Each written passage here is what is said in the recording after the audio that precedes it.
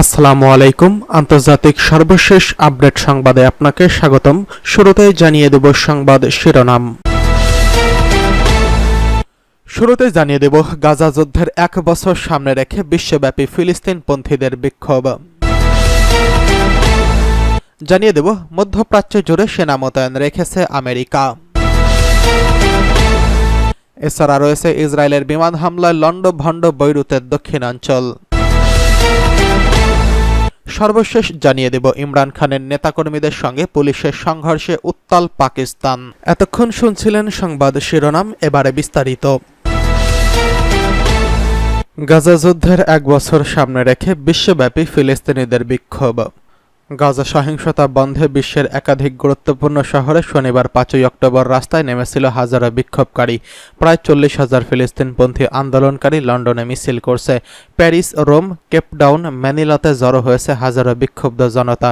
British বার্তা সংস্থা Reuters এই খবর জানিয়েছেন।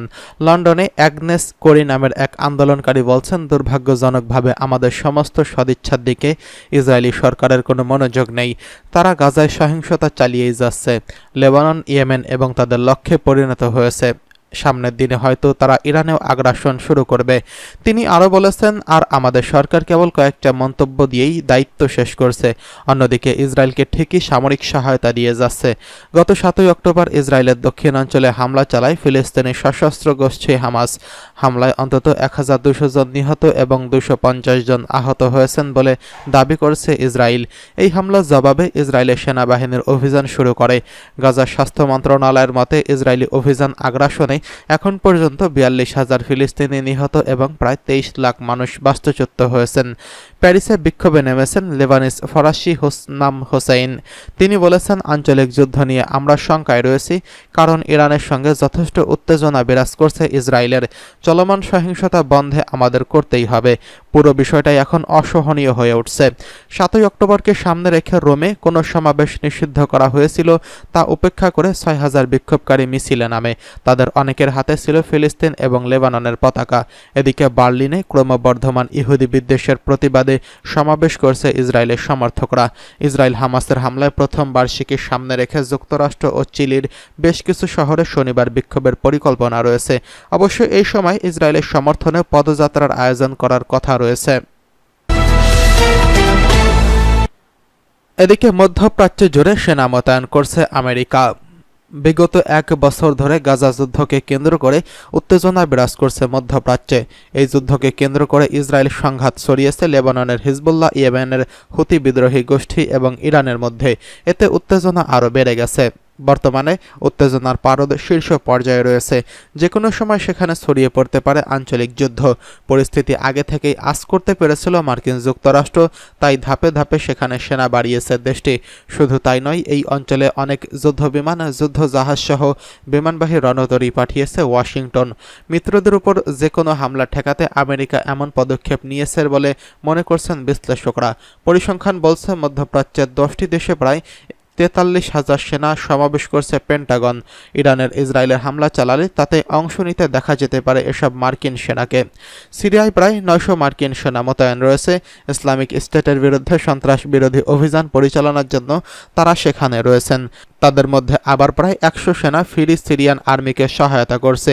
ইরাকে ঠিক কতজন সেনা রয়েছে তা প্রকাশ করেনি মার্কিন প্রতিরক্ষা মন্ত্রণালয়। তবে 2021 সালে মোট সেনার সংখ্যা 2,500-এ নামিয়ে আনা হয় বলে জানা গেছে। ইসরায়েলে মার্কিন সেনার সংখ্যা স্পষ্ট নয়, তবে দেশটিতে অন্তত এক ঘাঁটি রয়েছে যুক্তরাষ্ট্রের। অত্যন্ত গোপনীয় এই ঘাঁটির সাংকেতিক নাম সাইট 512। ধারণা করা হয় সেখানে একটি রাডার নজরদারির ব্যবস্থা রয়েছে। ইসরায়েলের প্রতিবেশী দেশ জর্দানে 2023 সালের জুন পর্যন্ত প্রায় 2,900 মার্কিন সেনা রয়েছে বলে জানা যায়। জর্দানের বিমান ঘাঁটি থেকে সিরিয়া ও ইরাকে গোয়েন্দা মিশন চালায় যুক্তরাষ্ট্র। মধ্যপ্রাচ্যে যুক্তরাষ্ট্রের সবচেয়ে বড় ঘাঁটি রয়েছে কাতারে। দেশটির রাজধানী দোহার দক্ষিণ পশ্চিমাঞ্চলে আল উদেইদ বিমান ঘাঁটিতে প্রায় 8,000 সেনা রয়েছে মার্কিন সেন্ট্রাল কমান্ড বাহিনীর কমান্ডারের আঞ্চলিক সদর দপ্তর কাতারেই অবস্থিত। ওই ঘাঁটি কাতারের বিমান বাহিনীও ব্যবহার করে। এছাড়া যুক্তরাজ্যের সামরিক উপস্থিতি রয়েছে এই বিমান ঘাঁটিতে। এদিকে ইসরায়েলের বিমান হামলায় লণ্ডভণ্ড বৈরুতের দক্ষিণাঞ্চল। গত 20 সেপ্টেম্বর থেকে লেবাননে অভিযান শুরু করে ইসরায়েলি বাহিনী।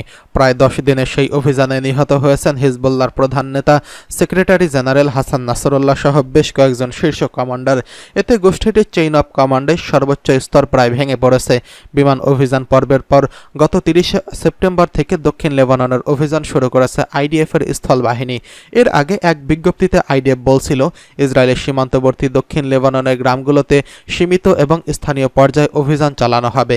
এমন পরিস্থিতিতে লেবাননের রাজধানী বৈরুতের দক্ষিণাঞ্চলে গতকাল শনিবার রাত থেকে আজ রবিবার সকাল পর্যন্ত তীব্র বিমান হামলা চালিয়েছে ইসরায়েল। লেবানন থেকে এএফপির প্রতিনিধিরা জানিয়েছেন যে হামলাগুলো সবচেয়ে তীব্র ছিল, তার মধ্যে একটিতে টানা 2 ঘন্টার বেশি সময় ধরে বোমাবর্ষণ চলছে। লেবাননের ন্যাশনাল নিউজ এজেন্সির খবরে বলা হয়েছে, ইসরায়েলি শত্রু যুদ্ধ বিমান থেকে বৈরুতের দক্ষিণাঞ্চলের শহরতলিতে 4টি খুবই নৃশংস হামলা চালানো হয়েছে। এর মধ্যে একটি হয়েছে চুয়েফাত এলাকায়। হামলার পর এই এলাকায় কয়েকটি অ্যাম্বুলেন্স যেতে দেখা গেছে। এএফপির ভিডিও ফুটেজে যেসব এলাকায় হামলা হয়েছে সেখান থেকে কালো ধোঁয়ার কুণ্ডলী উঠতে দেখা গেছে। বৈরুতের দক্ষিণের এলাকায় একটি আগুনের বিশাল বল আকাশের দিকে উঠতে যেতে দেখা যায়। প্রায় 1 ঘন্টা ধরে সেখান থেকে ঘন কালো ধোঁয়া বের হয়েছে। এএফপির একজন প্রতিনিধি বৈরুতের দক্ষিণের শহরতলির কাছে এলাকাতে সাবরাতের সড়কে বহু মানুষকে দেখছেন, তারা প্রাণ বাঁচাতে পালিয়ে যাচ্ছেন। তাদের কেউ মোটরসাইকেলে, কেউ বা পায়ে হেঁটেই চলছেন, সঙ্গে কয়েকটি ব্যাগে অল্প কিছু জিনিস, তাদের পেছনে বিস্ফোরণের শব্দ। এদিকে টেলিগ্রামে পোস্ট করা এক বিবৃতিতে ইসরায়েলি সামরিক বাহিনী বলছে, তারা বৈরুতের দক্ষিণাঞ্চলে সন্ত্রাসী সংগঠন হিজবুল্লাহর অবস্থান লক্ষ্য করে বিমান হামলা চালাচ্ছে। শনিবার রাতে হামলা শুরু করার আগে ইসরায়েলি বাহিনী বৈরুতের দক্ষিণের শহরতলি থেকে বাসিন্দাদের সরে যেতে বলেছেন। এদিকে ইমরানের দলের নেতাকর্মীদের সঙ্গে পুলিশের সংঘর্ষে উত্তাল হয়েছে পাকিস্তান। পাকিস্তানে কারাবন্দী সাবেক প্রধানমন্ত্রী ইমরান খানের সমর্থকদের সঙ্গে সংঘর্ষে 80 জনের বেশি পুলিশ সদস্য নিহত এবং আহত হয়েছেন। শনিবার 5 অক্টোবর এক বিবৃতিতে এই তথ্য জানিয়েছে দেশটির স্বরাষ্ট্রমন্ত্রী মহসিন নাকভি। ব্রিটিশ বার্তা সংস্থা রয়টার্স এই খবর জানিয়েছেন। উত্তর পশ্চিমাঞ্চলীয় খাইবার পাখতুনখোয়া প্রদেশে ক্ষমতায় রয়েছেন ইমরান খানের দল। সেখানকার মুখ্যমন্ত্রীর নেতৃত্বে পরিচালিত এই বিক্ষোভের উদ্দেশ্য ছিল রাজধানীতে গণজামায়াত তৈরি করে ইমরান খানের মুক্তির জন্য চাপ সৃষ্টির পাশাপাশি ক্ষমতাসীন জোটের বিরুদ্ধে কঠোর আন্দোলন গড়ে তোলা। সাংবাদিকদের উদ্দেশ্যে নাকভি বলেছেন, মুখ্যমন্ত্রীর নির্দেশে আইনশৃঙ্খলা রক্ষাকারী বাহিনীর উপর হামলা চালানো হয়।